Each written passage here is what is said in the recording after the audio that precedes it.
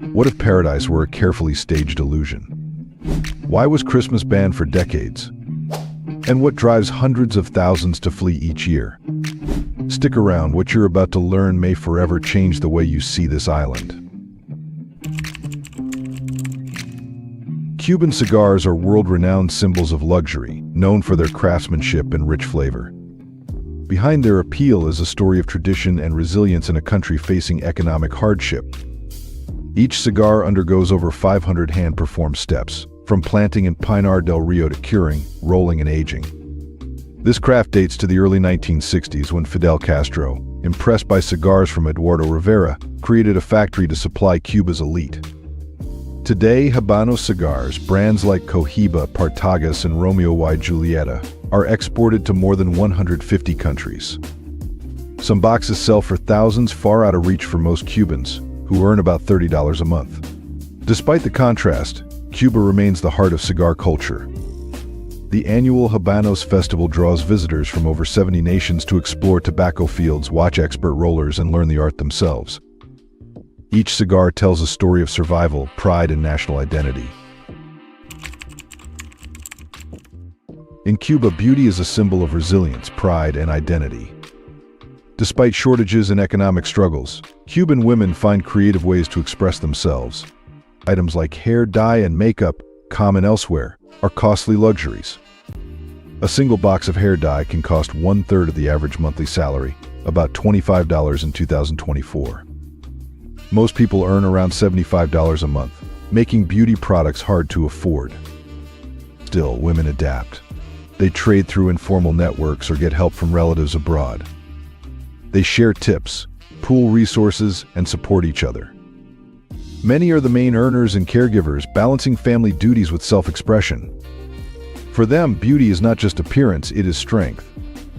In a life of scarcity, it becomes a powerful act of control, dignity, and confidence. Cuban women show that true beauty is found in their ability to adapt and endure together. Have you ever used creativity to express yourself when money was tight?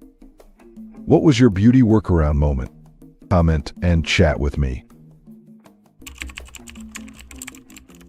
Cuba faces serious environmental problems that worsen its economic and social struggles, but receives little global attention. Years of neglect and weak environmental protection have led to pollution that harms public health. Water is a daily crisis.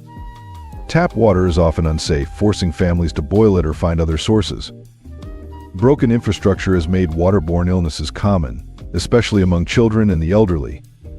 Garbage piles up in many neighborhoods due to failed waste systems. Without proper disposal or recycling, poor communities suffer most from the health risks. Air pollution from old cars and factories causes breathing issues. Many vehicles run on leaded fuel, releasing harmful emissions banned in other countries. The government focuses on short-term survival, not long-term sustainability. As a result, Cuba faces environmental damage that may take decades and huge resources to fix, if the will and money are ever found. Before continuing, I have a special 10-second request for all of you listening. If you can help me in any way, please hit the notification bell and subscribe. It helps this channel so much. And if you do that, I will do everything I can to make this show even better for you. Deal? In recent years, Havana has become a beacon of hope for many Cubans seeking better opportunities. Drawn by the city's vibrant streets and bustling tourism, people from other provinces arrive with dreams of finding work and improving their lives. However, settling into Havana presents unique challenges. Cuba's internal passport system requires specific permits to live in the capital, and without them, newcomers may face legal or financial difficulties. Many migrants navigate these obstacles while pursuing their goals, knowing they might be asked to return to their provinces at any time. Housing in Havana is another significant challenge. With the city already crowded, affordable homes are limited. Many families find themselves in cramped, older buildings where conditions like leaky roofs and power outages make daily life difficult. Additionally, some migrants face bias and are sometimes viewed with caution by locals. Employers may offer lower wages to those without legal documentation. Despite these challenges, many migrants remain determined to build a better future in Havana. Few things show Cuba's economic crisis more clearly than the continued use of ration cards in 2024. Known as La Libreta, these booklets have existed since 1962 and determine whether families eat. Each household gets limited amounts of basic foods like rice, beans, sugar, and oil at low prices. But the rations last only about 2 weeks. For the rest of the month, families must buy food at market prices, often 10 to 20 times higher. This leads to difficult choices for many families. A pound of pork can cost over 1,000 pesos, while the average monthly salary is about 4,000 pesos. Families may spend a quarter of their income on just one item. Many parents skip meals so their children can eat, and malnutrition has become a growing concern. Cuba now imports about 70% of its food. Once a food exporter, the country struggles to feed its people. The ration system, meant as a short-term fix, has become permanent, locking families into scarcity. Tourists who cannot use ration cards shop at stores with high prices, creating a two-tier system. While visitors can buy what they need, most Cubans cannot, revealing the deep inequality behind Cuba's image of equality. In Cuba, where beauty and resilience shine through daily challenges, relationships are shaped by a culture of lively conversation or chisme. Far from just small talk, chisme plays a significant role in connecting communities and influencing interactions. In tight-knit neighborhoods, news spreads quickly, often faster than the warm Caribbean breeze. Conversations about relationships, work, and personal matters travel fast, leaving little room for secrets. This creates a close, observant community where everyone seems to know a little bit about each other's lives. Feelings of rivalry can occasionally arise, influencing romantic relationships, friendships, and even business dealings. Trust can become fragile when community opinions carry so much weight. At its core, this culture of conversation reflects deeper social and economic realities. In challenging times, people turn to each other for connection, with gossip serving as a way to bond, express emotions, or find a brief escape. When daily essentials are scarce, focusing on others' lives can offer a bit of comfort. Sometimes, relationships, especially in the tourist industry, involve both emotional and practical considerations. Partnerships with foreigners may offer a sense of security, which leads to even more discussion. Here's a fact that illustrates Cuba's isolation from the global economy. Until 2015, Coca-Cola was not legally available in Cuba. For nearly 60 years, one of the world's most recognizable products was unavailable to the public. At the time, only Cuba and North Korea did not sell Coca-Cola. Even today, Coca-Cola is difficult to find and often costs twice the usual price. Instead, Cubans drink Cola, a local substitute with a distinctly different taste. Meanwhile, rum is widely available, highlighting differing policies on product availability. This situation goes beyond politics. It reflects the broader isolation that has limited Cuba's access to global consumer culture. While much of the world engaged with shared international brands, Cubans developed local alternatives, shaping a separate set of experiences and cultural references. In Cuba, scarcity is more than just an inconvenience. It shapes everyday life, influencing routines and relationships. Imagine waking up before dawn, not for work or leisure, but to stand in line hoping to buy something as basic as bread. This is the reality for many. In Havana's La Victoria neighborhood, Plaza de Carlos E., one of the city's main shopping centers, is more known for waiting than abundance. From the outside, it looks like any other mall, but inside, long lines of people quietly wait, some sitting or leaning against walls, hoping to buy essentials like food and hygiene products. Hours pass, and there's no guarantee that what they need will still be available. This daily routine requires patience and resilience, qualities many of us might find hard to imagine. Scarcity in Cuba affects every part of life. It's not just about food, it's about managing in a system where even basic items like bread can be hard to find. Bread, a staple in most Cuban households, is often rationed and in short supply. Sometimes loaves are smaller and lighter due to limited flour. Many wake up as early as 3 or 4 in the morning, hoping to get a loaf before they run out. While many of us can get what we need with just a few clicks, in Cuba patience is a necessity, and resilience is part of daily life. For those in Havana and beyond, survival isn't just about thriving, It's about getting through another day, often against the odds. What would it feel like to wait hours or even a whole day for a loaf of bread? How do you think this scarcity shapes the way people live, connect with others, and even dream about the future? Share your thoughts below. In 2024, while much of the world is immersed in digital life, Cuba continues to face major challenges in internet access. Government data shows that only about 63% of Cubans have any online access, and even that is often limited and expensive. Most people go online using public Wi-Fi hotspots known as Wi-Fi parks, paying around $2 per hour. With average monthly salaries between $25 and $75, this means 1 hour of internet use can cost 3 to 8% of a person's income. To put it in perspective, that's like paying $200 to $400 per hour elsewhere. Beyond the cost, access is restricted. Apps such as WhatsApp and Skype are often unavailable, and the Apple and Google app stores do not operate in Cuba. Facebook is accessible only through a web browser. As a result, Cubans have built informal networks to share digital content and stay informed. One of the most creative solutions is El Paquete Semanal, or the weekly package, a USB drive loaded with movies, shows, music, and news that circulates across the country. It serves as a local alternative to the internet, helping people stay connected in spite of limitations.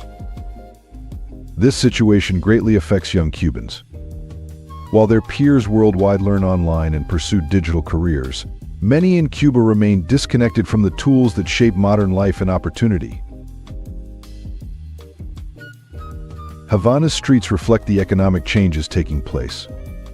Food prices have risen significantly, with a simple meal now costing more than $10, while the average monthly salary is around $60. Long lines for basic items like bread and oil are common, and inflation reached 70% in 2024, adding to everyday challenges. These shifts are also affecting personal relationships, as economic concerns increasingly shape social and romantic dynamics. Tourism, once a reliable source of income, now brings mixed results. While it brings in valuable revenue, its benefits are unevenly distributed. Old Havana remains lively, but many locals continue to rely on informal markets to meet daily needs. Some vendors note that visitors may not always see the hardships locals face behind the scenes. Foreign investment is also increasing, including new Russian businesses in areas like Varadero. Upscale supermarkets that cater to higher-income shoppers show changing economic ties, though many Cubans say they cannot afford the goods offered. Visible security measures in some foreign-owned stores have drawn attention from visitors, who report a heightened sense of monitoring. Despite these challenges, the resilience of the Cuban people remains strong. The path forward is uncertain, but their determination and adaptability continue to stand out. In Cuba, there's a saying, if you want it, you've got to hustle for it. This captures the essence of daily life, where resourcefulness is key to getting by. In a country where supplies are often limited, locals have transformed everyday spaces into small marketplaces, creating a vibrant informal economy. Instead of fully stocked shelves in government stores, you'll find neighbors offering products they've sourced locally or from relatives abroad. Whether it's laundry detergent or imported clothes, these local vendors are essential for many Cubans seeking goods they can't get through official channels.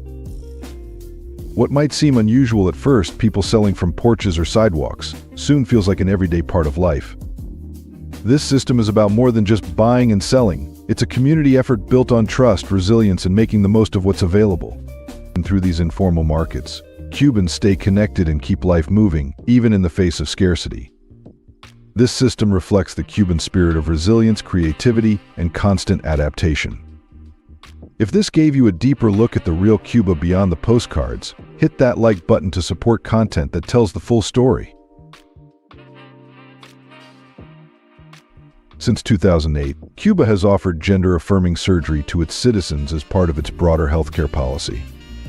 With support from Belgium's pharmaceutical and surgical partnerships, Cuba has one of the highest doctor-to-patient ratios in the world, with 8 doctors per 1,000 people, a figure that exceeds those of the United States and Italy. Around 50,000 Cuban doctors currently serve in 61 countries, contributing to global healthcare efforts. Over the past 60 years, Cuba has sent more than 400,000 medical professionals to 16 countries, helping manage health crises and expanding care in underserved areas. Following the collapse of the Soviet Union, Venezuela became a key economic partner, providing energy support through up to 100,000 barrels of oil per day. In exchange, Cuba offered medical expertise, which played a notable role during the COVID-19 pandemic. Cuban medical teams have since worked in over 20 countries, including South Africa, Mexico, Mozambique, and Canada. One of the most striking examples of government control in Cuba was the ban on Christmas for nearly 30 years. From 1969 to 1998, December 25th was a regular workday, and celebrating could lead to serious consequences. The holiday was moved to July to protect the sugar harvest.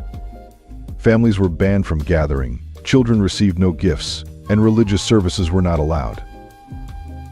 Although Christmas was reinstated in 1998, after Pope John Paul II's visit, it remains limited and closely watched.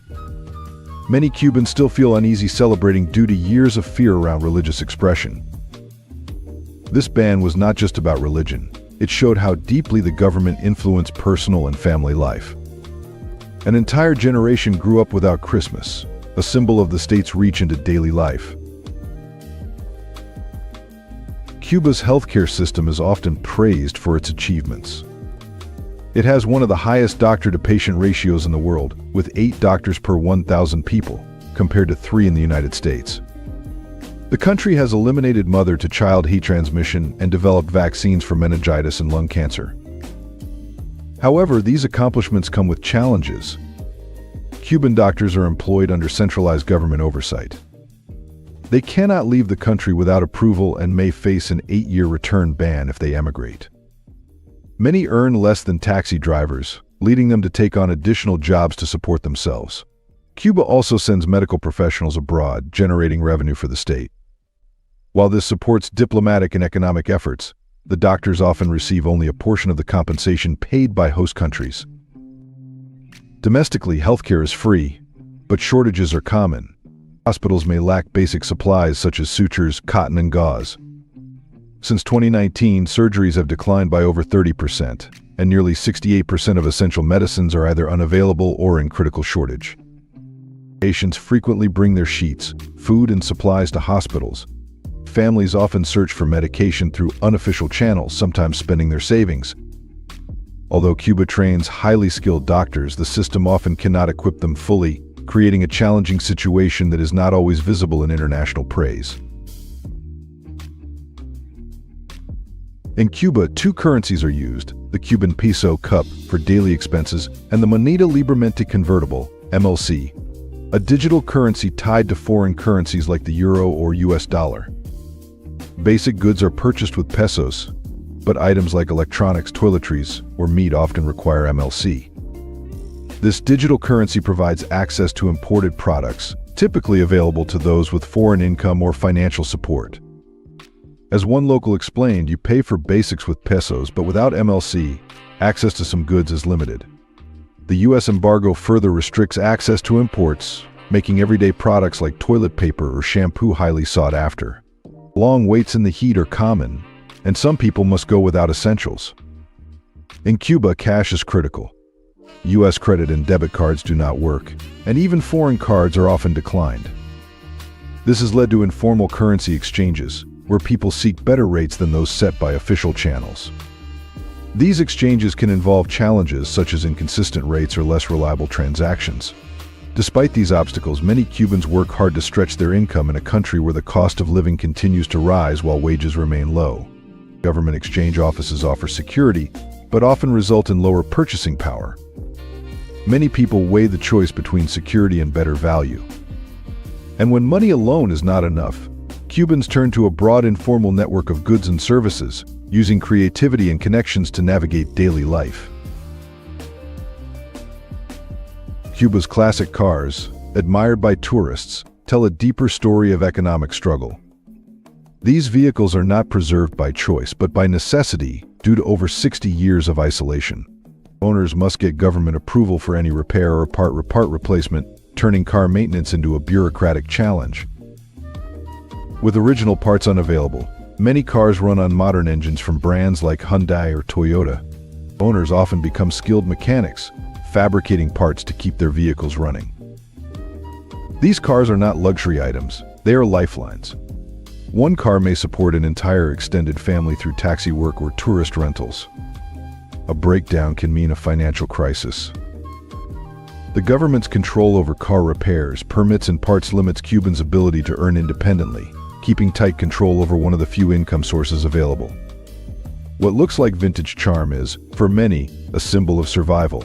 Subscribe for more stories that dig beneath the surface, because sometimes the truth is hiding in plain sight. In Cuba, many people turn to spiritual practices as a way to cope with daily hardship. Saint Lazarus, seen as the protector of the sick and desperate, holds special meaning. Homes often have shrines where families leave coins each day to save for offerings on their feast day. For those with disabilities or chronic illness, he symbolizes hope in a system with limited support. Some students place their teachers' names in freezers before exams, believing it will help them pass. This reflects limited confidence in the education system and the few opportunities it offers. On New Year's Eve, thousands walk the streets with suitcases, hoping the ritual will help them travel abroad. The sight of people carrying luggage through quiet neighborhoods shows a strong wish for new opportunities. These are not just traditions, they are ways to cope with uncertainty. When everyday challenges feel overwhelming, spiritual hope becomes a vital source of strength. Education in Cuba is both free and compulsory, reflecting the nation's commitment to accessibility, much like its healthcare system. Around 30% of the national budget goes to education, while 53% supports healthcare, showing the importance placed on these sectors. The national slogan, "If you know, teach. If you don't know, learn," emphasizes lifelong learning. The government fully funds education, allowing students to attend school without cost. This includes free school lunches for children aged 6 to 15. In elementary school, students learn basic language and math, along with the arts. Middle school focuses on general knowledge and practical skills to prepare them for the future. After 9th grade, students can choose either a university or vocational training.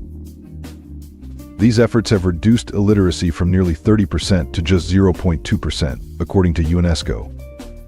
Cuban students are often recognized for strong academic performance across Latin America, reflecting the country's commitment to education and intellectual growth.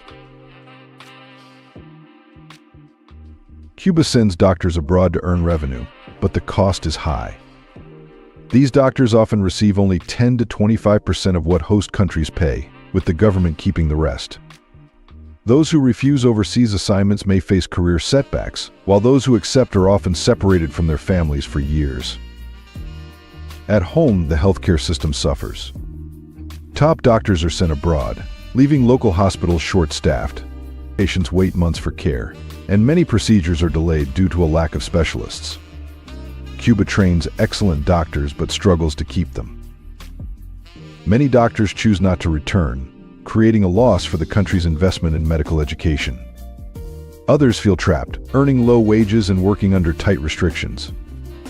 This has led to burnout, depression, and frustration among medical professionals who entered the field to help others, but now feel used as economic tools. Cuba's crisis created a deep generational divide. Older Cubans, loyal to the revolution, endure current hardships, while younger generations see only limited opportunities and a bleak future. Young people have grown up with constant scarcity but are now more aware of life abroad through limited internet and informal networks. This awareness fuels hopes that cannot be met under Cuba's current system. The brain drain hits this group hardest. Many university graduates in their 20s and 30s are leaving the country, taking with them the energy and skills vital for progress. Those who remain face growing pressure. With an aging population relying on money sent from relatives abroad, many communities depend more on remittances than on local productivity. For the youth left behind, the emotional toll is heavy. They feel stuck, watching friends leave while they stay due to family ties or lack of means. This has led to widespread feelings of depression and hopelessness among Cuban youth.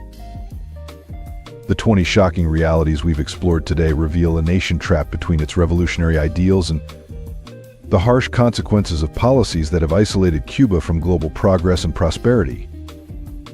What do you think about these hidden realities of Cuban life? Have any of these facts changed your perspective on Cuba? Share your thoughts in the comments below, and if this investigation opened your eyes to aspects of Cuba you'd never considered, make sure to subscribe for more deep dives into the stories that shape our world but rarely make headlines.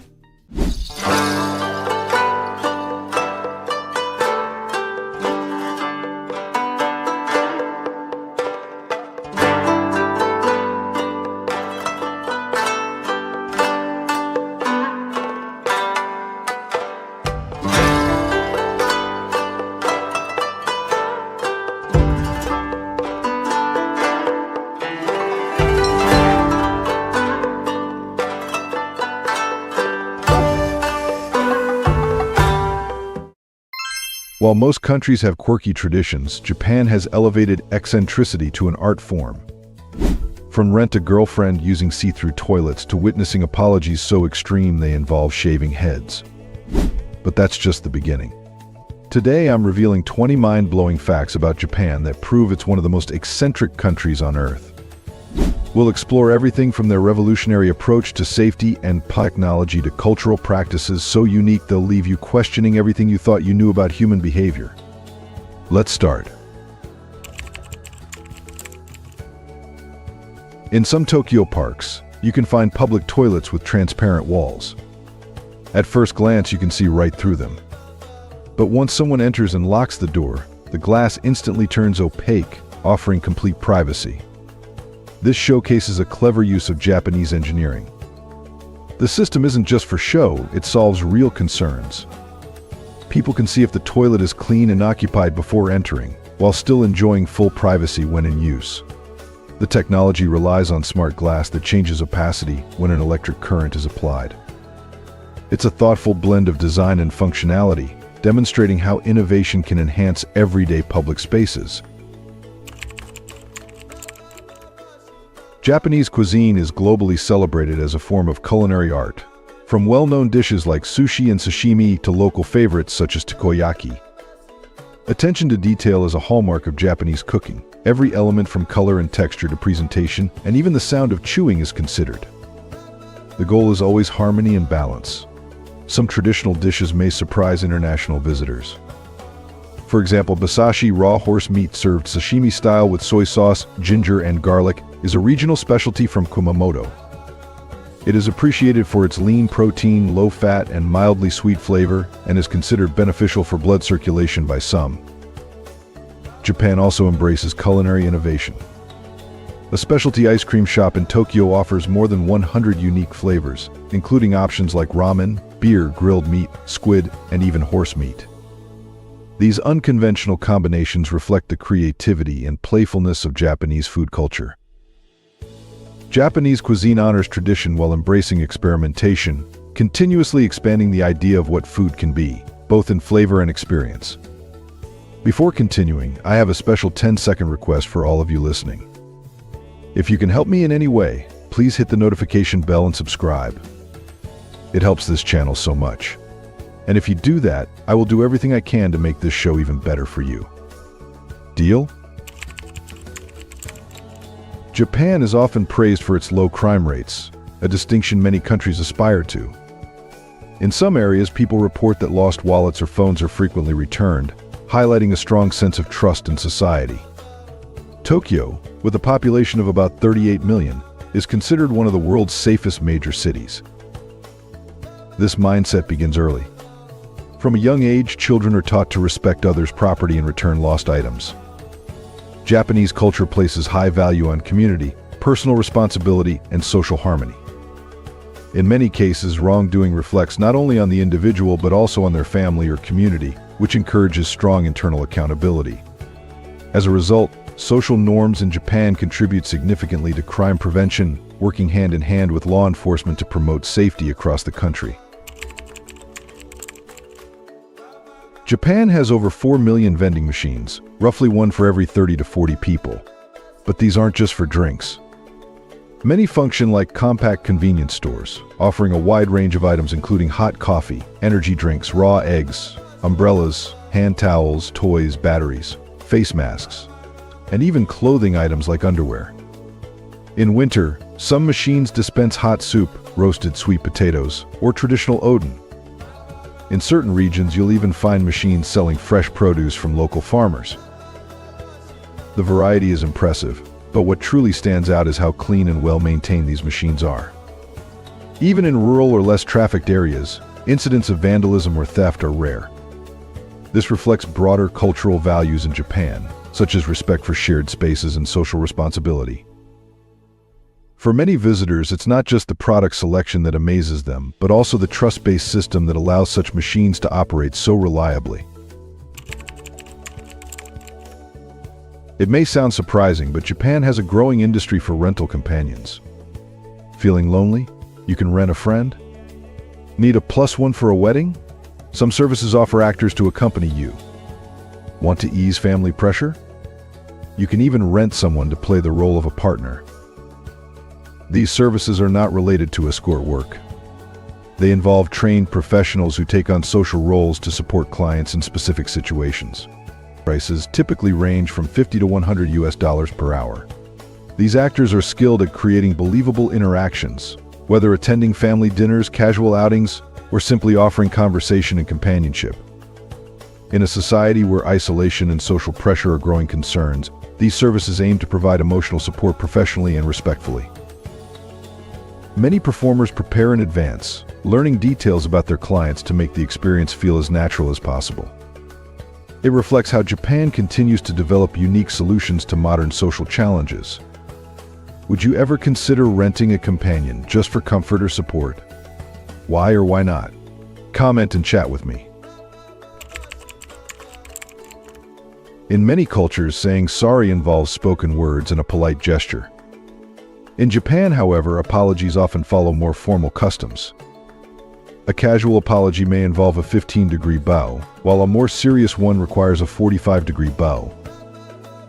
In certain cases, individuals may go further to express remorse.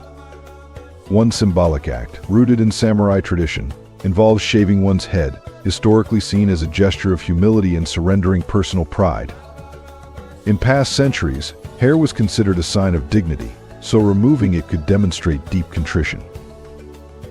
A widely discussed example involved a Japanese pop idol who appeared in a video with a shaved head after violating a management contract by dating, an act that drew attention to the strict expectations placed on public figures in some entertainment industries. These customs reflect Japan's cultural emphasis on personal responsibility and public accountability, which may differ from norms in other parts of the world. The traditional image of shy Japanese girls in kimonos no longer fully reflects modern Japanese women. Lifelong housewifery is no longer the standard path. Today, more than 70% of working-age women in Japan have stable jobs. In relationships, many Japanese women are more thoughtful and independent. The average age of marriage has risen to around 29 to 30, later than in many other Asian countries. In large cities, it's common to see women in their mid-30s who are single, successful, enjoy travel, have pets, and invest in stocks. For many, marriage is a personal choice rather than a societal expectation, and they seek meaningful partnerships. An emerging trend shows some Japanese women are interested in international relationships. This may be due to differences in communication styles and emotional expression. Some say Japanese men tend to be more reserved, while others feel that foreign partners may show affection more openly and engage more in emotional sharing. As a result, an estimated 6,000 to 7,000 Japanese women marry non-Japanese partners annually, a growing trend in major cities like Tokyo and Osaka. What do you think draws people toward partners from different cultures? Have you ever experienced that yourself? Comment and chat with me. Western misconceptions about geishas are often inaccurate. Geishas are not entertainers in the way many people assume. They are trained practitioners of traditional Japanese arts. The word geisha literally means person of the arts. They receive professional training in classical dance, the shamisen, tea ceremony, singing, and refined conversation. Their appearance, with white foundation, red lips, and ornate kimonos, reflect centuries of cultural tradition and discipline. Training to become a geisha typically begins between the ages of 13 and 15, starting as an apprentice called a maiko, where apprentices live in shared houses and focus intensively on their studies, often with limited contact with the outside world. Only those with exceptional dedication and skill become full-fledged geishas. Interestingly, the earliest geishas were men, known as taikomochi. Over time, women became more prominent in the profession, contributing significantly to its evolution in artistry. One of the most iconic symbols of Japan is Mount Fuji, the country's tallest mountain at 3,776 meters. For many Japanese people, Fuji holds spiritual significance and is seen as a sacred place. Climbing it is both a physical and symbolic journey.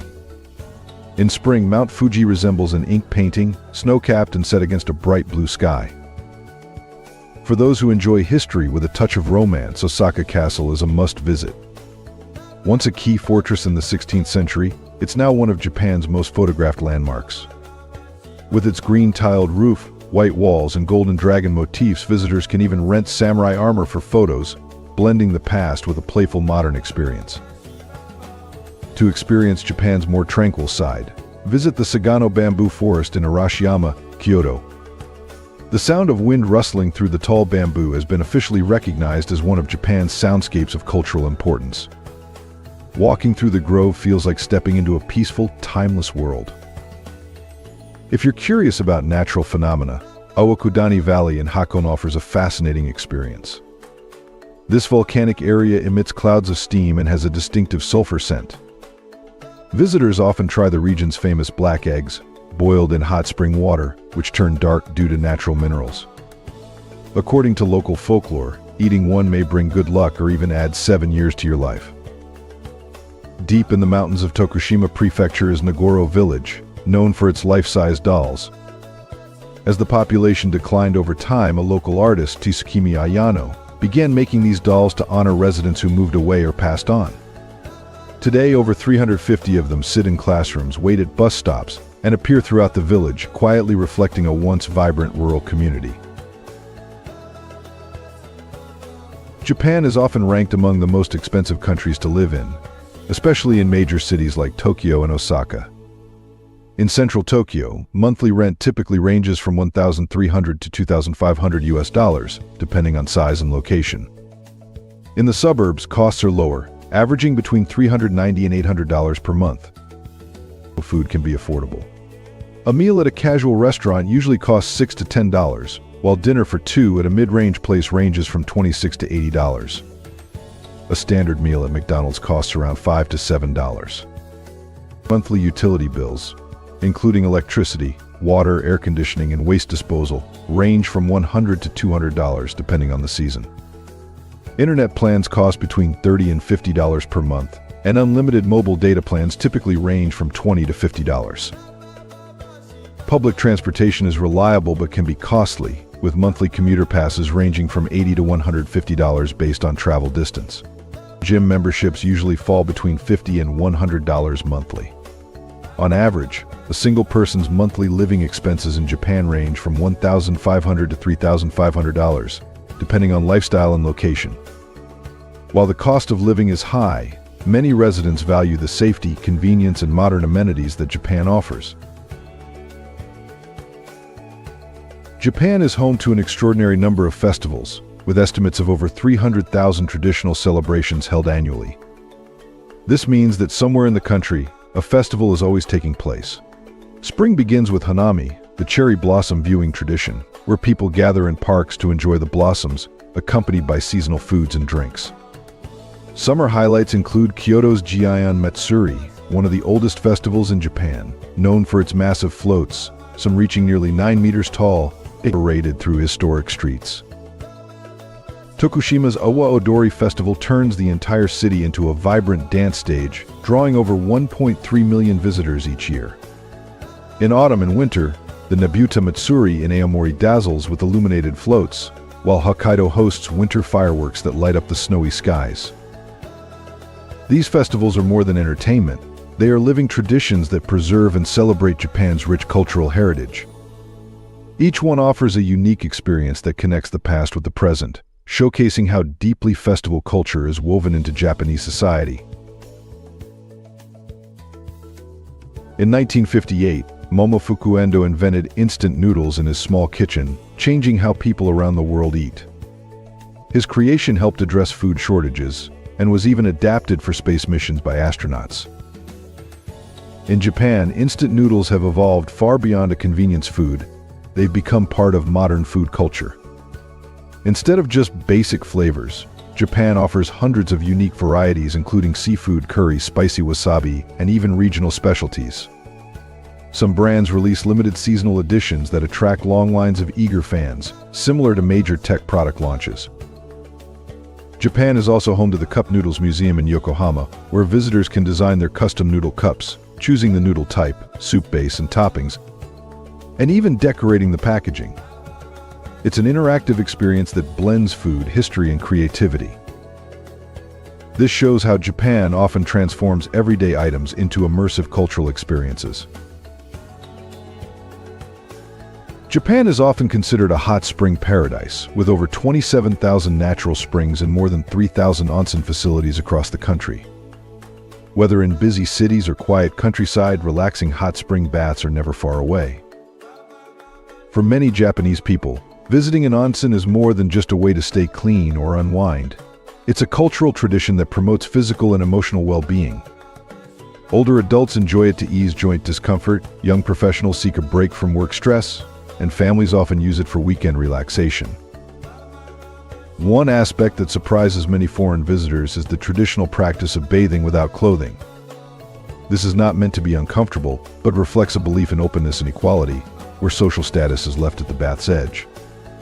Before entering, guests are expected to wash thoroughly as a sign of respect for the shared space.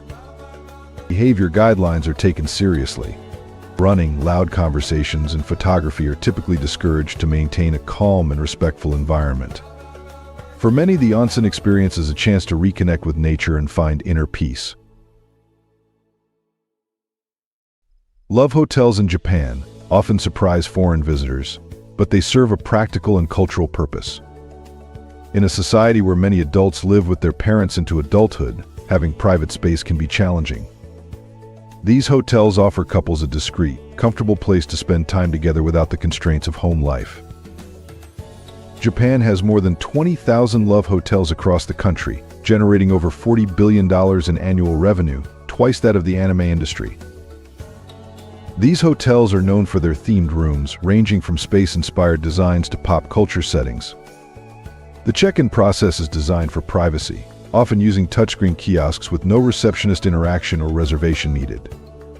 Rooms may include unique features like mood lighting, decorative bathtubs, or immersive sound systems. While playful in design, the industry reflects a broader need for privacy in densely populated environments and is viewed as a legitimate part of modern hospitality in Japan. Japanese trains are renowned for their punctuality, with some reports showing average delays of less than 18 seconds per year. This level of precision has impressed transportation experts around the world. Even short delays of a few minutes often result in formal apologies from railway companies. Train schedules in Japan are calculated down to the second, reflecting a culture that values not only efficiency but also respect for others' time and a strong sense of collective responsibility. This commitment to precision extends beyond the rail system. It mirrors broader social values centered on reliability and consideration.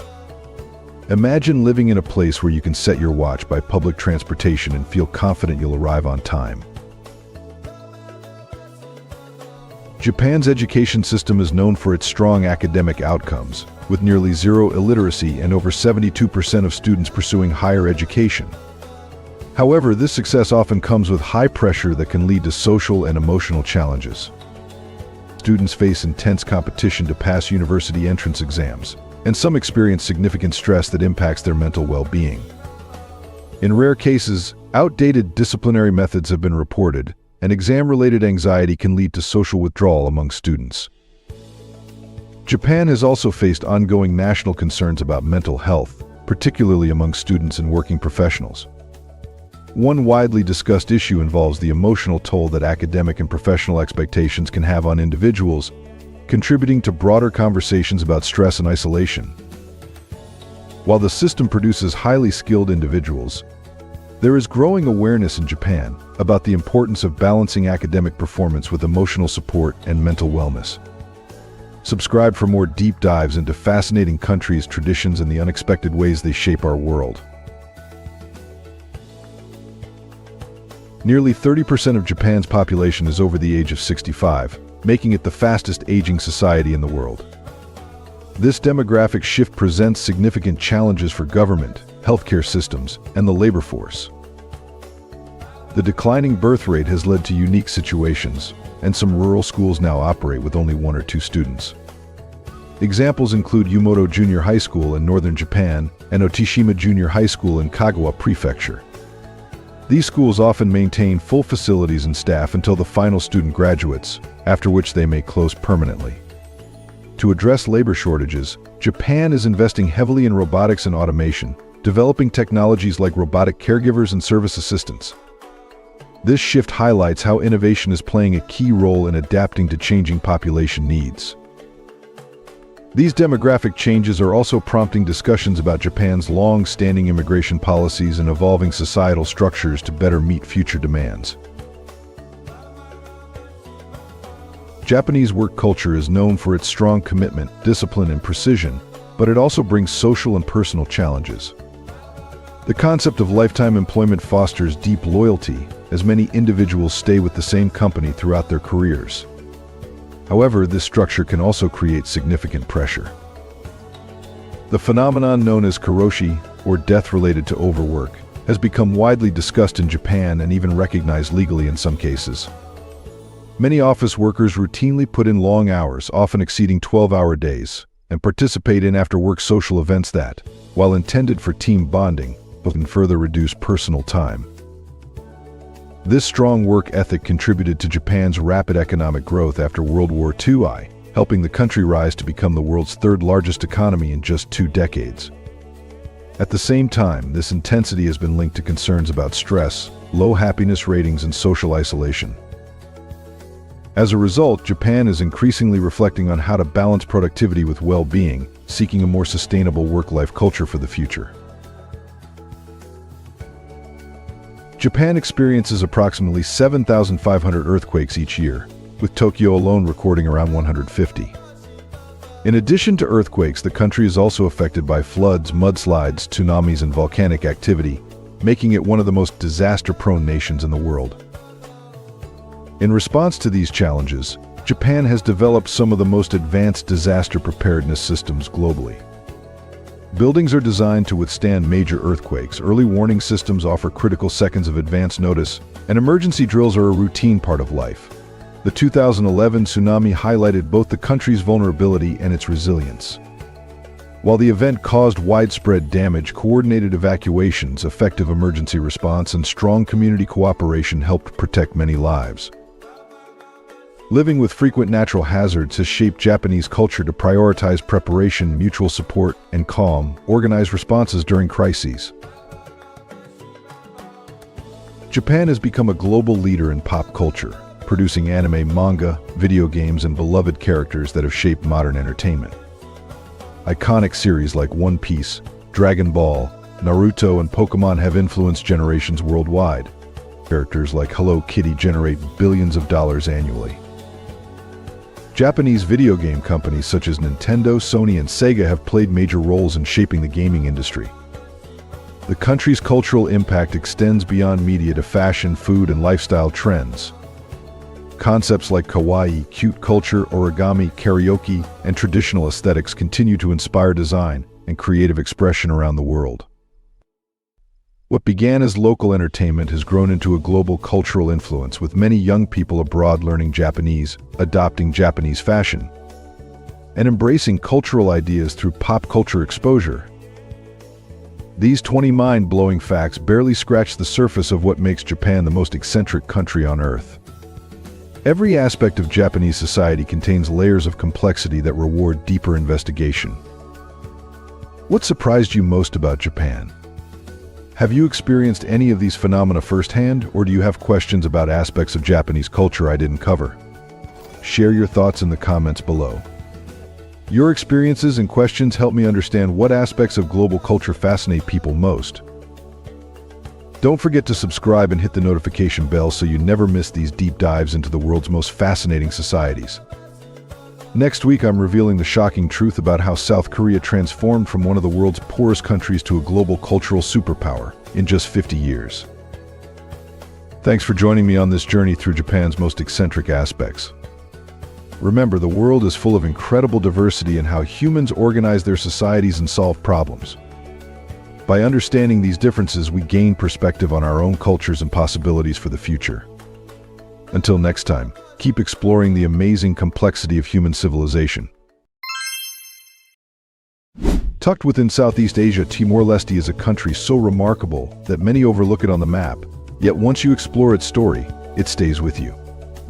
Here, women manage entire economies, while pristine reefs reveal marine wonders unknown to science.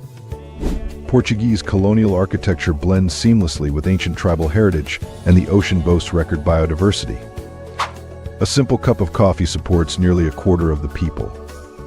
Join us as we reveal 15 fascinating facts showing why Timor-Leste truly deserves your curiosity. Now let's talk about something that will completely change your perspective on gender roles in Southeast Asia. Women here play powerful roles that set them apart from those in neighboring countries. For starters, female representation in parliament stands at 38%, among the highest in the region. And these women are not just symbolic figures, they lead in agriculture, education, politics, and business. Yet challenges remain. Over 20% of women marry before age 18, often in arranged unions with age gaps of 30 years or more. This stark contrast highlights the complex interplay between tradition and progress. Women continue to weave ties, vibrant traditional fabrics that serve as cultural symbols and vital sources of income. These artisans often sustain entire households through their craft, preserving heritage while driving local economies. Younger generations are redefining what it means to be a Timorese woman. Many speak Portuguese, Tetum, English, and Indonesian fluently, leveraging social media and global networks to shape their futures with confidence. Their presence carries a quiet strength. With sun-warmed skin and steady, resilient expressions, Timorese women embody generations of endurance. Their warmth isn't just kindness, it's a reflection of a culture rooted in connection and collective strength. Here's the fact that might completely change your perspective on traveling to or living in Timor-Leste. Timor-Leste presents a unique economic paradox in Southeast Asia, rich in culture and natural beauty, yet with costs comparable to more developed nations. The main reason is its heavy reliance on imports for food, fuel, construction materials, and consumer goods, which drives up prices far beyond local income levels. Basic hotels cost between $40 and $100 per night, with luxury stays exceeding $200. Utilities for residents or long-term visitors, electricity, water, and internet range from $180 to $230 monthly, reflecting the ongoing challenge of building national infrastructure. Transportation highlights a sharp divide. Locals ride microlits for 25 cents, while tourists often pay $70 daily for private rentals due to limited options. Food prices vary widely. Local meals cost $3 to $5 and often offer higher quality than Western-style restaurants, which charge $40 to $60 per meal. Groceries show a similar gap. Fresh produce is affordable in markets, while imported goods in supermarkets are significantly more expensive. Despite the high costs, many travelers find value in supporting local businesses. Choosing family-run guest houses, dining at local eateries, and buying handmade crafts allows visitors to contribute directly to communities while experiencing Timor-Leste's culture more meaningfully. If you think you've seen unique public transportation, wait until you experience getting around in Timor-Leste. Transportation in Timor-Leste is unlike anywhere else in Asia, vibrant, lively, and often unpredictable. At the heart of it is the microlay, small, colorful minibuses that serve as more than just transport. Adorned with cartoon characters, religious icons, political slogans, and pop culture images, each one is a moving work of art. Inside, the energy ramps up. Operators turn microlets into mobile dance halls with loud music, pulsing LED lights, and an atmosphere that feels more like a party than public transit. This high-spirited culture contrasts sharply with the country's rough infrastructure. Outside Dili, roads are often unpaved, riddled with potholes, and nearly impassable in the rainy season. Wooden bridges creak under weight, and some paths are accessible only by motorcycle. Yet these conditions spark creativity. Motorcycles haul massive loads, three-wheeled carts act as trucks, and bicycles carry families or supplies. Locals adapt resourcefully. Fares reflect the economic landscape. Locals pay 25 cents for a microlet ride, while tourists may spend $70 per day on a private rental. The gap illustrates both the country's challenges and the inventiveness of its people. Above all, this transport system fosters human connection. Riders share space, stories, and laughter in ways rarely seen in more structured, impersonal transit networks. In the mountains of Timor-Leste stand remarkable structures called Umululuq, or sacred houses in Tidum. These are more than architectural feats. They serve as spiritual centers linking communities to their ancestral roots. Umululuq are cone-shaped buildings, sometimes reaching 15 meters in height, built entirely by hand without nails or modern materials. The process is a communal effort that may take months or even years, with each piece of wood carefully chosen and shaped using age-old techniques. Their tall palm leaf roofs reflect both functional design and cultural artistry. Their importance lies not just in how they're built, but in what they represent. These houses are the spiritual core of villages, accessible only to selected individuals like clan leaders or shamans. Inside, rituals are performed to honor ancestors, bless harvests, and preserve cultural continuity. Roughly 200 Umululuq remain in active use across the country. Each one serves as a living link to pre-colonial Timor's heritage that has endured despite centuries of foreign influence.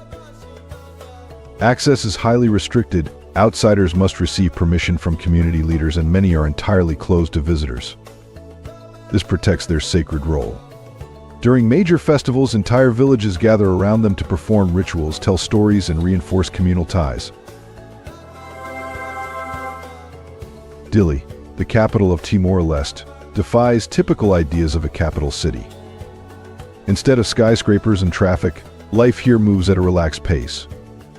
Mornings often begin with coffee by the sea, not crowded trains or gridlock. Streets hum with the sound of old motorcycles, while local markets offer fresh fish, vegetables, and handmade goods. The city's deep connection to the ocean is central to daily life. The coastline hugs the city, putting beaches like Aria Branca just minutes away. Residents can cool off in clear waters or enjoy sunsets just steps from their homes. Dili's most iconic landmark is the Cristo Rei statue, standing 27 meters tall on a hill by the sea. Climbing over 500 steps to reach it offers sweeping views of the city and coastline. At the water's edge, wooden boats glide across turquoise waves as local fishermen cast nets just 10 to 20 meters from shore. A half-hour fishing trip can provide enough food or $10 to $15 in income, after which many return home to spend time with family. During low tide, the ocean offers even more. People walk up to 100 meters out to collect shellfish, clams, and sea cucumbers. This natural abundance supports a level of food security that modern urban areas often lack. Timor-Leste stands out from every other Southeast Asian country for one compelling reason. It's incredibly young, not just in population but as an independent nation. Gaining independence in 2002, it remains one of the world's newest countries. While many nations have centuries of sovereign history, Timor-Leste has just over 2 decades. There are people alive today who are older than the country itself. Its journey to nationhood was far from straightforward. After more than 400 years as a Portuguese colony, the region was annexed by Indonesia in 1975, sparking 27 years of conflict. Despite the hardship, the Timors never lost their determination, ultimately reclaiming their freedom. What's especially striking is the resilience of the people.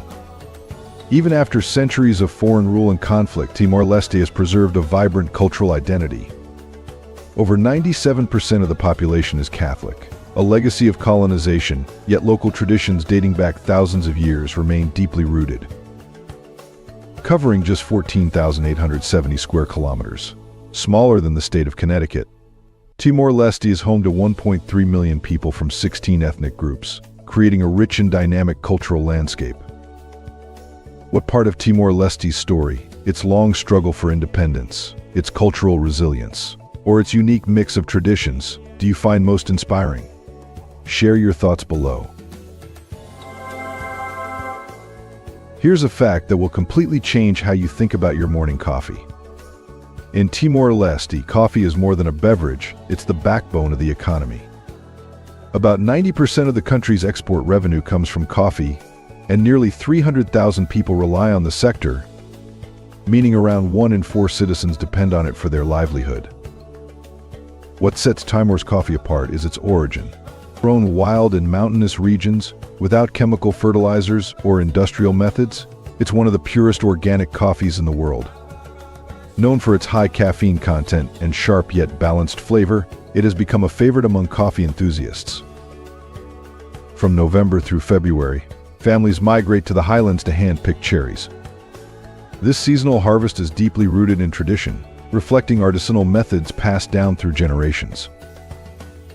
Much of the finest coffee is exported through companies like Timor Global Coffee, with beans sometimes ending up in global chains like Starbucks, or processed along the way in China or Thailand.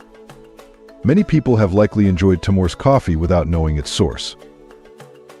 Ironically, while their beans fetch premium prices abroad, locals often drink sweetened blends. Yet pride in their coffee culture runs deep.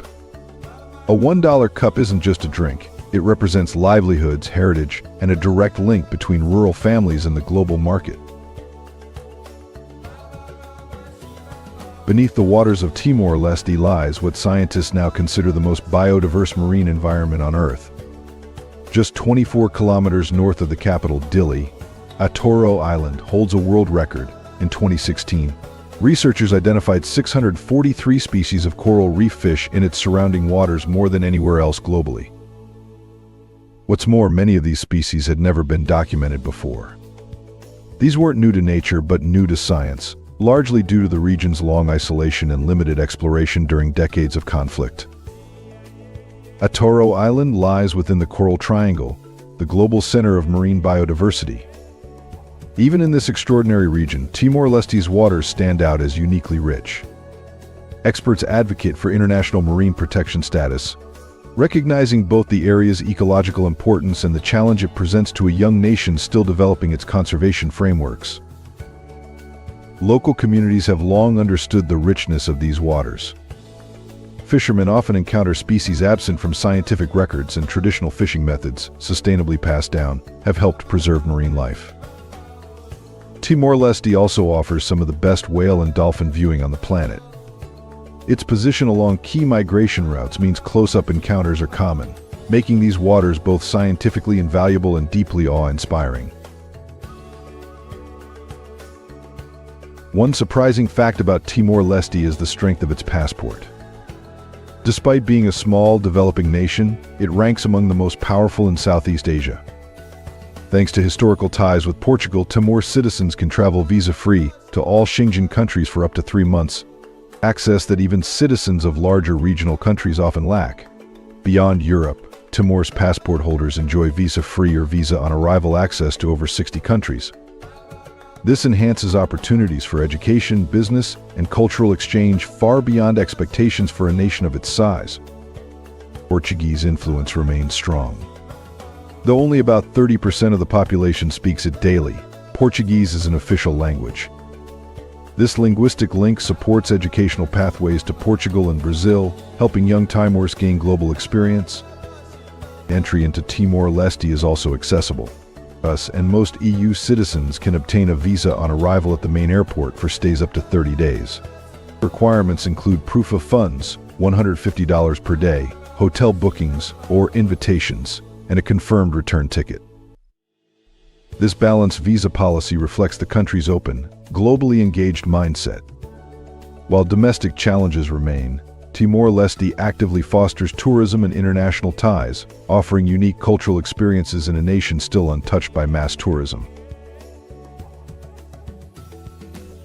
Dining customs in Timor-Leste offer deep insight into community values that contrast sharply with Western individualism.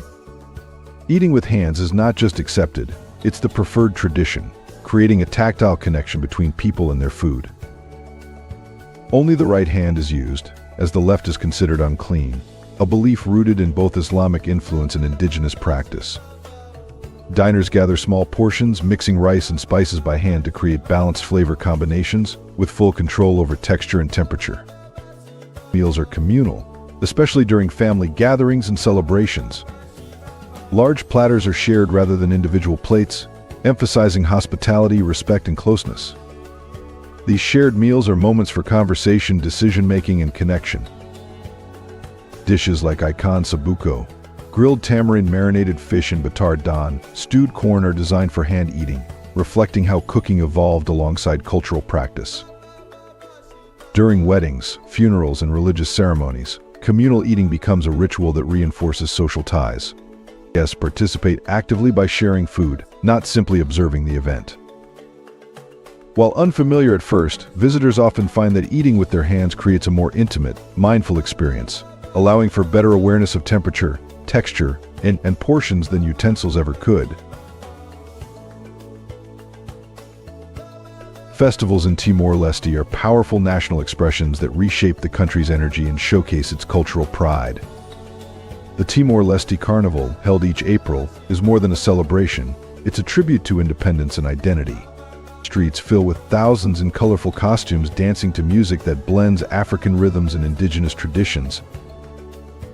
The carnival's highlight is a street parade where communities compete to present creative interpretations of Timor's culture, featuring masked dancers, powerful drumming, and vibrant samba-style groups. In August, the Atoro Festival on Atoro Island offers a different tone.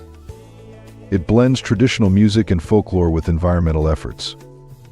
Beaches are cleaned, trees planted, and ancestral stories shared alongside acoustic music, merging celebration with conservation in a meaningful way. December brings Christmas, celebrated across the country with handmade lanterns, children's plays in church courtyards, and crafted statues of saints. These are not commercial displays but deeply local expressions. Torchlight parades pass through cities and villages, accompanied by hymns sung in Tidum, Portuguese, and regional dialects. These festivities reflect how Catholic traditions have been adapted to local customs, creating a celebration both spiritual and uniquely Timorese. Which of these Timorese festivals, Carnival, Atoro, or Christmas, would you most want to experience and why? Let us know in the comments. Timor-Leste's architectural landscape reflects a powerful story of cultural resilience. Though the youngest country in Southeast Asia, it is home to some of the region's most significant religious structures. Churches built over 400 years ago during Portuguese rule still stand, blending European styles with tropical adaptations. The Motel Church in Dili, the most iconic example, features Gothic and Baroque influences with high ceilings for ventilation and moss-covered stone walls that reflect both colonial and local aesthetics. These churches played key roles during the Indonesian occupation. Many became meeting points for resistance movements, serving not just as religious spaces but as symbols of identity and community strength. Bell towers transmitted coded messages, turning places of worship into vital communication hubs. During Easter and Christmas, large gatherings bring ancient architecture to life, connecting past and present through shared faith. Beyond churches, Mount Ramelau, Timor-Leste's highest peak at 2,986 meters, features a 3-meter statue of the Virgin Mary, drawing pilgrims on a challenging but meaningful journey. The Museum of Timor's Resistance adds another layer, combining modern architecture with historical documentation of the independence struggle. It serves as both a place of remembrance and public education. At the heart of Dili is the Tayais Market, recognized by UNESCO in 2021 as an intangible cultural heritage. More than a place to buy souvenirs, it is a living museum that preserves centuries-old Timorese traditions. Tayais refers to hand-woven cloth deeply embedded in Timor's culture. Each pattern and color tells a story, honoring ancestors, symbolizing prosperity, or marking historical events. Women at the market not only sell these pieces but also explain their meanings, acting as guardians of cultural knowledge. Each tie is crafted entirely by hand, using natural dyes and intricate patterns that can take weeks or months to complete. Colors like red, orange, blue, and yellow hold specific meanings tied to Timor's cosmology and social roles. Tayas is used in weddings, funerals, and religious ceremonies, serving as a symbol of identity and continuity. Beyond cloth, the market features traditional jewelry, bronze instruments, ceremonial masks, and woven bags, all made using ancestral techniques. On select days, the market becomes a stage for traditional dance and rituals honoring ancestors. These are genuine cultural events, not performances for tourists. More than a commercial space, the Tayais market is a hub for community connection, where stories are shared, heritage is preserved, and culture thrives amid modern challenges. Timor-Leste's cuisine reflects centuries of cultural blending, offering flavors shaped by Southeast Asian spice, Portuguese influence, and indigenous traditions. It's not just about taste, it's a story of history and identity expressed through food. The national dish, ikan pipis, illustrates this fusion. Fish is wrapped in banana leaves with lime leaves, ginger, chilies, and onions, then grilled over charcoal. The leaf chars slightly while keeping the fish tender, releasing a rich aroma when unwrapped. Another dish, feijoada, originally Portuguese, has been adapted with local spices and wood-fire cooking. Though it maintains its hearty base, it's distinctly Timorese in flavor and preparation. For dessert, babinka showcases baking expertise. Made with coconut milk, eggs, and rice flour, it's baked in layers and served during holidays as a symbol of unity and celebration. What sets Timor's food culture apart is how meals are shared. Eating with the right hand is customary, with rice and condiments combined in small bites to create flavor harmony. The left hand is traditionally avoided. During gatherings, families and communities sit around shared platters. This practice emphasizes hospitality and mutual respect, fostering connection through communal meals rather than individual portions.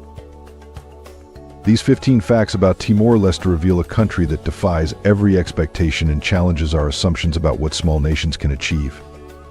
From women who balance ancient traditions with modern empowerment to marine environments that hold world records for biodiversity, this young country offers experiences that simply don't exist anywhere else on Earth. Which of these facts about Timor-Leste surprised you the most? Have you ever considered visiting a country this unique and off the beaten path? Share your thoughts in the comments below, and if you found this exploration of hidden destinations fascinating, make sure to subscribe for more deep dives into the world's most remarkable places. Thanks for listening, and I'll see you in the next video. The most unique country in Asia. There's a country where some communities live entirely at sea without formal citizenship, where discarded food becomes daily sustenance for a few, and where owning a car can cost more than a home. Welcome to the Philippines, a place where vibrant contrasts shape everyday life. Here, Spanish colonial legacies blend with native cultures, skyscrapers rise beside floating villages, and luxury meets resilience. From whistling languages to global beauty queens, karaoke traditions to stunning landscapes, these 20 remarkable facts will change how you see this extraordinary nation. Now let me tell you about one of the most ingenious examples of Filipino creativity and resourcefulness. After World War II, when American forces left behind thousands of military jeeps, most countries might have scrapped them or sold them for parts. But Filipinos saw an opportunity where others saw waste. Local mechanics transformed these surplus military vehicles into something entirely unique, the jeepney, now hailed as the king of the road in the Philippines. But these aren't just converted vehicles, they're rolling works of art. Each jeepney is a vibrant mobile canvas, blending religious symbols, superheroes, pop culture icons, and family portraits in an explosion of color that rivals any art gallery. In Metro Manila alone, over 50,000 jeepneys operate daily, transporting millions of commuters at incredibly low fares. For the first 4 kilometers, the fare is around 15 US cents. There are no designated bus stops, you simply wave, and the driver will stop. The system runs on trust, community, and an unspoken understanding that everyone deserves accessible transportation. Jeepneys embody the Filipino spirit of bayanihan, or communal unity and cooperation. The Philippines is widely known as the land of beauty queens, but this reputation goes beyond pageantry. It reflects a blend of history, genetics, and culture. The country's diversity in appearance is rooted in its Austronesian origins, marked by bronze complexions shaped by centuries of life in a tropical climate. Over 3 centuries of Spanish colonization added European features to the mix, resulting in a striking range of looks from Euro-Asian to Southeast Asian. This genetic richness has contributed to the country's global success in beauty pageants. But beyond appearances, Filipino women are recognized for their intellect and leadership. Globally, they rank among the highest in holding senior management roles in medium-sized companies. They are redefining gender roles, balancing strong family values with careers, education, and personal goals. The modern Filipino woman represents a dynamic mix of tradition and progress. She often supports her household emotionally and financially, while also pursuing independence and self-growth. This strength has begun shifting relationship norms. Many now seek partnerships, especially with American and Canadian men, based on mutual respect and equality. It's not about leaving their culture behind, but about finding partners who value their intelligence, drive, and the depth they bring to relationships. The Philippines is home to some of the most stunning beaches on Earth, offering more than just the typical tropical getaway. White Beach in Boracay is famous for its powder-fine sand that stays cool even at midday, and its crystal-clear waters where fish swim around your feet. Along its 4-kilometer stretch, you'll find luxury resorts, seafood restaurants with ocean views, and vibrant beach bars that come alive after dark. For a quieter escape, Nacpan Beach in El Nido, Palawan, offers 4 kilometers of untouched shoreline, coconut palms, and peaceful sunsets. It's a tranquil retreat far from crowds where you can relax in hammocks and take in nature's calm.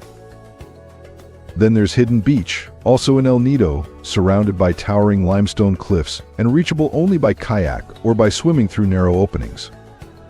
Its clear waters and secluded setting provide a truly unforgettable experience. These beaches aren't just beautiful, they reflect the Philippines' geological richness. Each one tells a story of volcanic activity, coral reef formation, and the powerful natural forces that have shaped this archipelago over millions of years, making the country's coastline one of the most diverse and breathtaking in the world.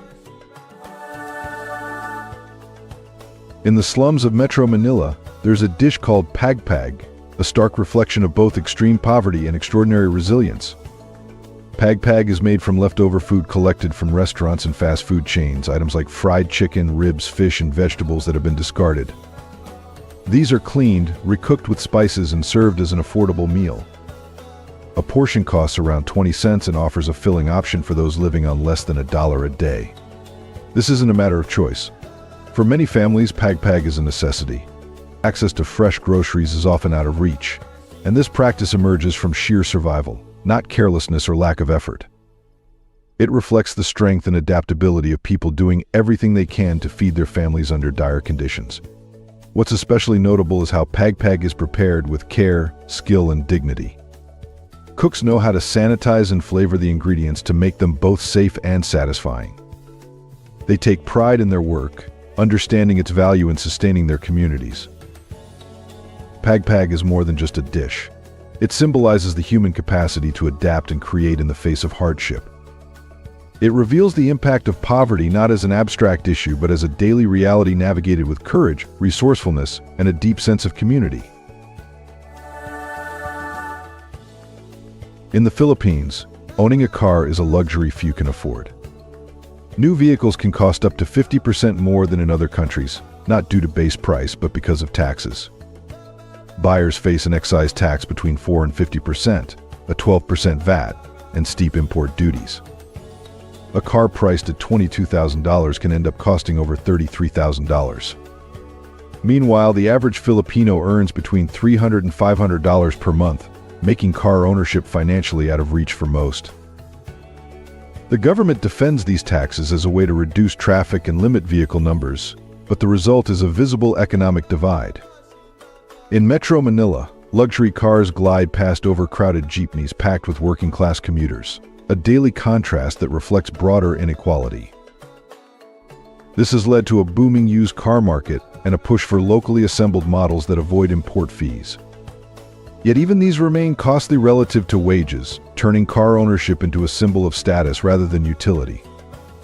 As a result, public transport has become incredibly diverse. Jeepneys, tricycles, and hubble motorcycles form a creative, community-driven response to mobility challenges. In a world focused on formal dining and utensils, the Philippines preserves a powerful tradition, kamayan, meaning eating with your hands in Tagalog. More than a cultural practice, it's a philosophy rooted in food, community, and connection. At a kamayan feast, a long table is lined with banana leaves and filled with steamed white rice, grilled meats, seafood, mangoes, salted eggs, and flavorful dipping sauces. There are no forks or plates, just hands and shared food. The experience is simple yet intimate, heightening awareness of textures, temperature, and flavor. Sharing from the same spread brings people closer. Meals become communal celebrations where strangers connect, families bond, and everyone participates equally. Before Spanish colonization introduced Western utensils, kamayan was the traditional way Filipinos ate for centuries. Today, while forks and spoons are standard in daily life, kamayan remains popular at festivals, family gatherings, and restaurants that offer it as a cultural dining experience. Kamayan reflects Filipino values of sharing, equality, and community. When everyone eats with their hands from the same table, social barriers fade. Regardless of status or age, all are included, making it one of the most authentic expressions of Filipino hospitality. You probably think the aurora only appears near the North or South Pole, right? Surprisingly, on the night of September 2nd, 1859, skies across parts of the globe, including as far south as Manila, the capital of the Philippines, were illuminated by a brilliant aurora display. Locals were astonished, and scientists were puzzled, since auroras usually occur near the poles, while the Philippines lies near the equator and within one of Earth's weakest magnetic field zones. This rare event was linked to the Carrington event, the most powerful solar storm ever recorded. It triggered massive geomagnetic disturbances, allowing auroral lights to be seen in unusual latitudes. Telegraph systems failed, and even sparked fires in some places, showing just how powerful solar activity can be. Though the exact mechanics of auroras at the equator remain unclear, this event is still studied in scientific literature as a dramatic reminder that nature can defy expectations. Could it happen again? With solar activity cycles continuing, it's not impossible. Perhaps one day the skies over the Philippines will light up once more. A single motorcycle modified to carry 8 to 12 passengers may sound extreme, but it's a daily reality for millions of Filipinos, especially in rural and mountainous areas where larger vehicles struggle to pass. Known as hubble, this form of transport is a marvel of local engineering. 2 benches are attached to the sides to seat 4 people each, while the rear is extended to fit 3 more. Through a mix of balance, coordination, and trust, these motorcycles navigate some of the region's toughest terrain. There's no fixed fare. Prices are negotiated based on distance, weather, and road conditions. It's a practical solution shaped by necessity, showcasing how Filipinos turn challenges into resourceful innovations tailored to their environment. Have you ever seen 12 people share one motorcycle with such ease? In the Philippines, it's not unusual. It's a testament to unity, adaptability, and community spirit. In Oslab, visitors can swim alongside whale sharks, the largest fish species on Earth. These gentle giants can grow up to 40 feet long and weigh as much as 20 tons. Despite their size, they pose no threat to humans, feeding only on plankton and small marine life through filter feeding. Swimming with them is a humbling, unforgettable experience. As their massive fins glide past, just inches away, you share the water with one of nature's most ancient creatures. The whale sharks in Oslab are familiar with human presence, allowing for close encounters and remarkable photo opportunities. This interaction also highlights a shift in local values. Once hunted, whale sharks are now protected. The community has moved from fishing to conservation, creating a sustainable tourism model that benefits both marine life and the economy. Former fishermen now work as guides and boat operators, earning more by preserving these animals. However, the attraction raises concerns among marine biologists. The whale sharks are regularly fed to keep them in the area. a practice that may affect their natural behaviors and migration. While the experience offers insight into marine life and conservation, it also underscores the delicate balance between tourism and wildlife preservation. Would you swim with whale sharks in Oslo, knowing the experience supports conservation but also raises questions about wildlife impact? Share your thoughts below. In the waters of Southeast Asia lives one of the world's most unique communities, the Bajau, often called sea nomads. For centuries, they have lived almost entirely on the ocean, with no formal nationality or ties to land-based society. Found across the coastal waters of Indonesia, Malaysia, and the Philippines, the Bajau live in stilted wooden houses and traditional boats called lipa. Their children learn to swim before walking, and many spend up to 60% of the day in the water. They dive to depths of 12 to 40 meters on a single breath without tanks, staying submerged for minutes at a time. Scientific studies reveal that the Bajau have genetically adapted to this lifestyle. They have larger spleens for storing oxygen-rich blood, slower heart rates, and altered blood flow while diving, physical traits developed over generations. They survive by fishing, collecting sea cucumbers, pearls, and urchins using handmade tools. Though they trade with nearby towns, they lack citizenship, and with it, access to education, healthcare, or legal protection. Despite pressure to settle on land, many Bajau continue their seafaring way of life. Their ornate boats reflect deep spiritual ties to the ocean. In a world divided by borders, the Bajau embody a fluid sense of belonging, guardians of the sea, untethered to any nation. The Philippines offers one of the world's most affordable costs of living, with a quality of life that can range from modest to luxurious depending on budget and lifestyle. Understanding its living costs offers insight into global inequality and opportunity. Housing varies by location. In quieter areas outside major cities, a one-bedroom apartment rents for $180 to $300 per month. In central Manila or Cebu, similar spaces cost around $400 to $550. Utilities, electricity, water, and internet typically range from $60 to $100 monthly. Electricity costs rise during hotter months, so many adapt by using fans instead of constant air conditioning. Food is especially affordable. Local meals cost $2 to $5, while mid-range restaurants charge $10 to $15. Fine dining, often under $20, delivers upscale experiences at accessible prices. Transportation is minimal in cost. Jeepney rides are 23 to 27 cents, and taxes start at 30 cents plus 14 cents per kilometer. Even long city rides rarely exceed a few dollars. Other essentials are also budget-friendly. Gym memberships cost $30 to $50, dental checkups around $20, and domestic help is widely available. With careful planning, one can live comfortably in the Philippines for $570 to $1,000 per month. In the Philippines, karaoke is more than entertainment. It's a cultural institution reflecting values of community, connection, and self-expression. It reveals how Filipinos build friendships and bond through music. From upscale lounges in Manila to sidewalk setups and family-run eateries, karaoke is everywhere. Many homes have their machines, and some restaurants offer free karaoke, recognizing that singing together is as meaningful as sharing a meal. What sets Filipino karaoke culture apart is its inclusivity. No one needs a perfect voice or formal training.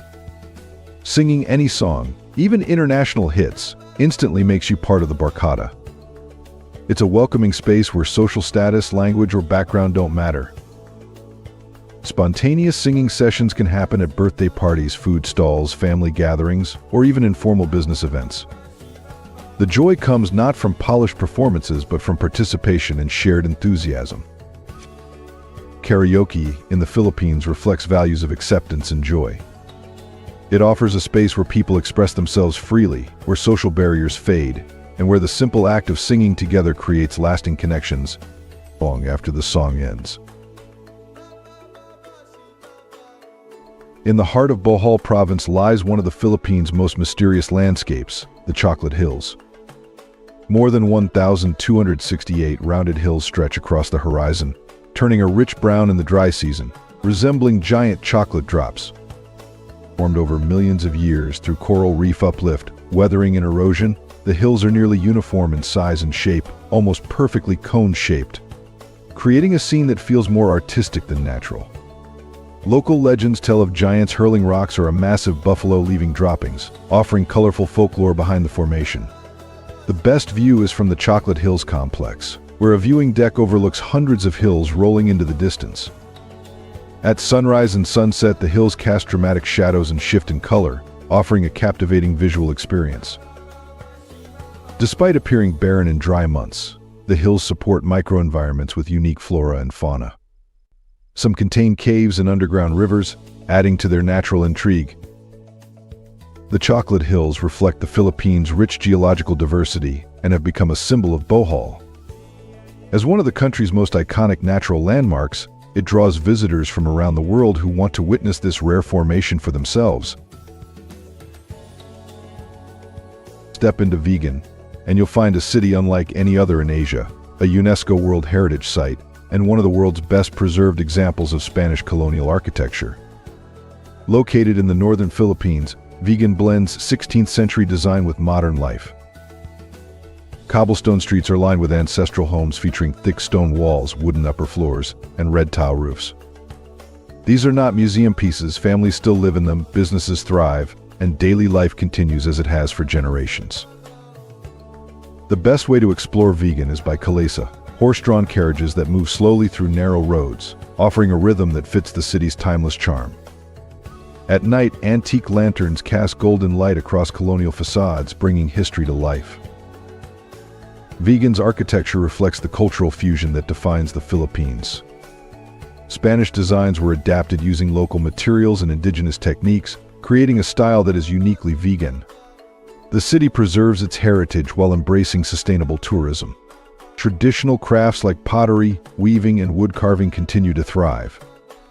Local restaurants serve Ilocano cuisine in colonial-era buildings, offering a full sensory experience.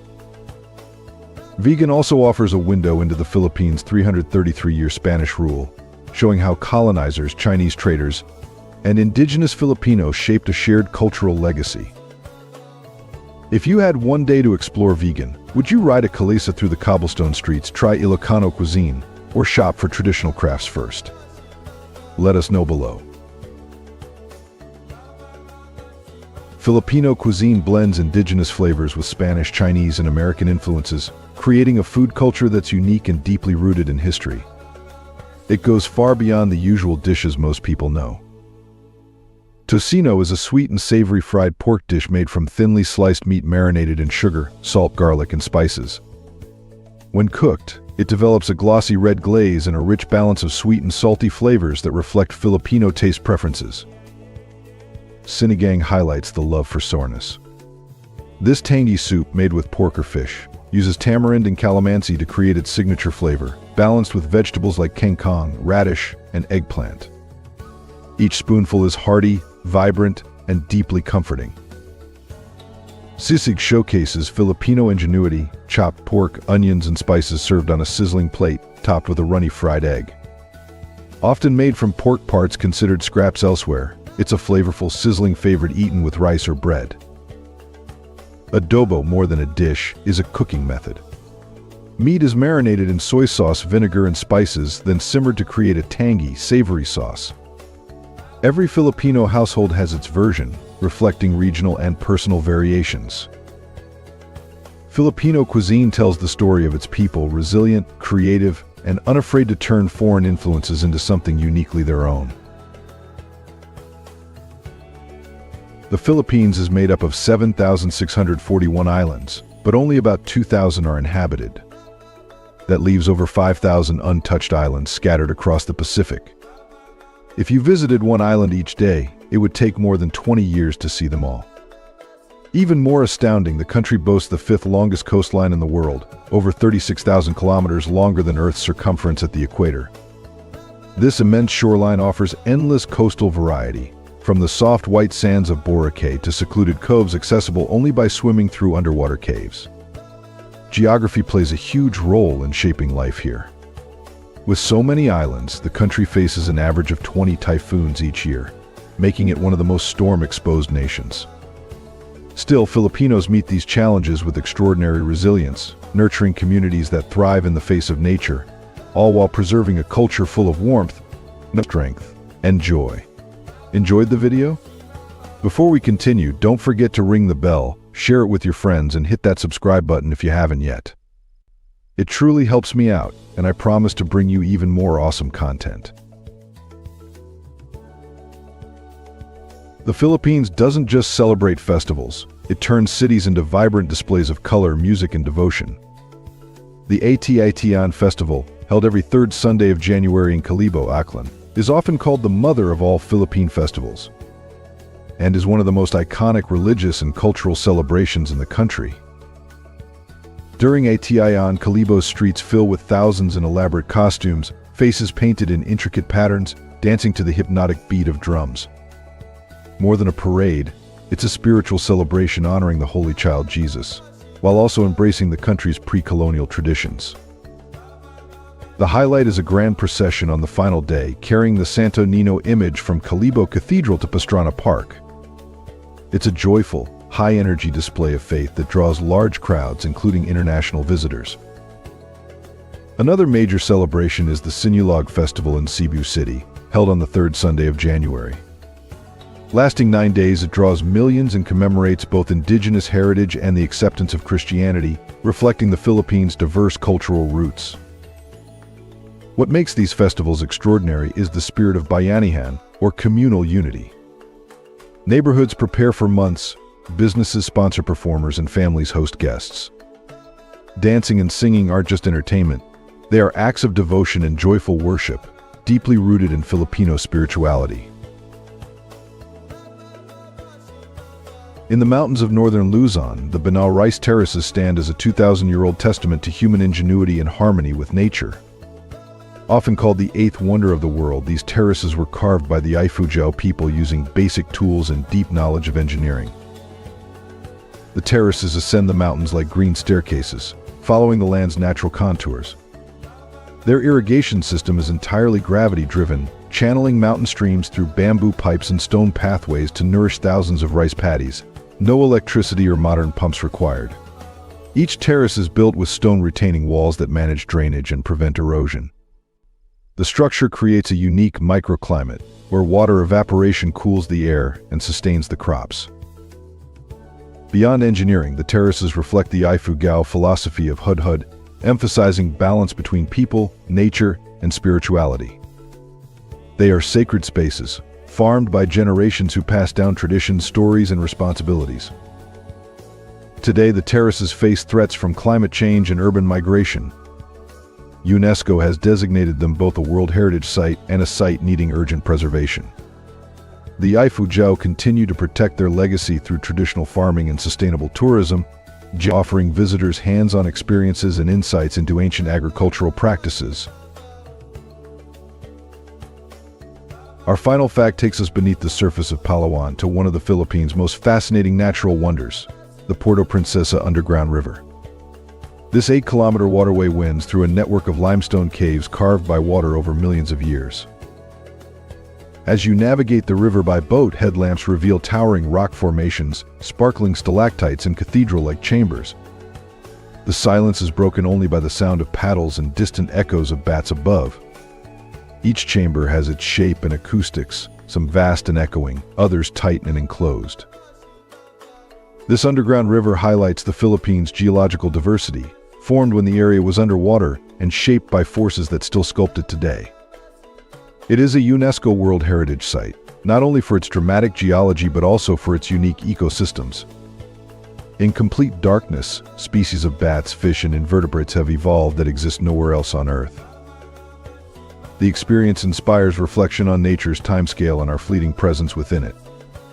Local guides share stories of the river's discovery, indigenous significance, and ongoing conservation, turning a boat ride into an unforgettable lesson in ecology, geology, and environmental stewardship. We've just explored 20 incredible facts about the Philippines, and each one reveals something profound about human adaptability, creativity, and resilience.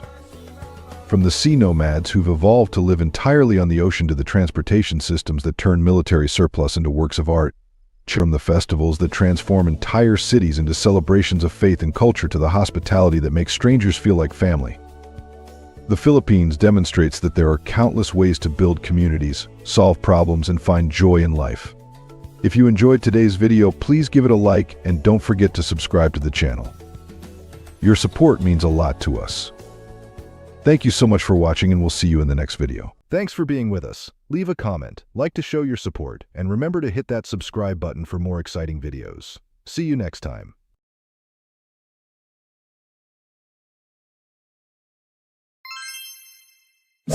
What if paradise were a carefully staged illusion? Why was Christmas banned for decades? And what drives hundreds of thousands to flee each year? Stick around, what you're about to learn may forever change the way you see this island. Cuban cigars are world-renowned symbols of luxury, known for their craftsmanship and rich flavor. Behind their appeal is a story of tradition and resilience in a country facing economic hardship. Each cigar undergoes over 500 hand-performed steps, from planting in Pinar del Rio to curing, rolling, and aging.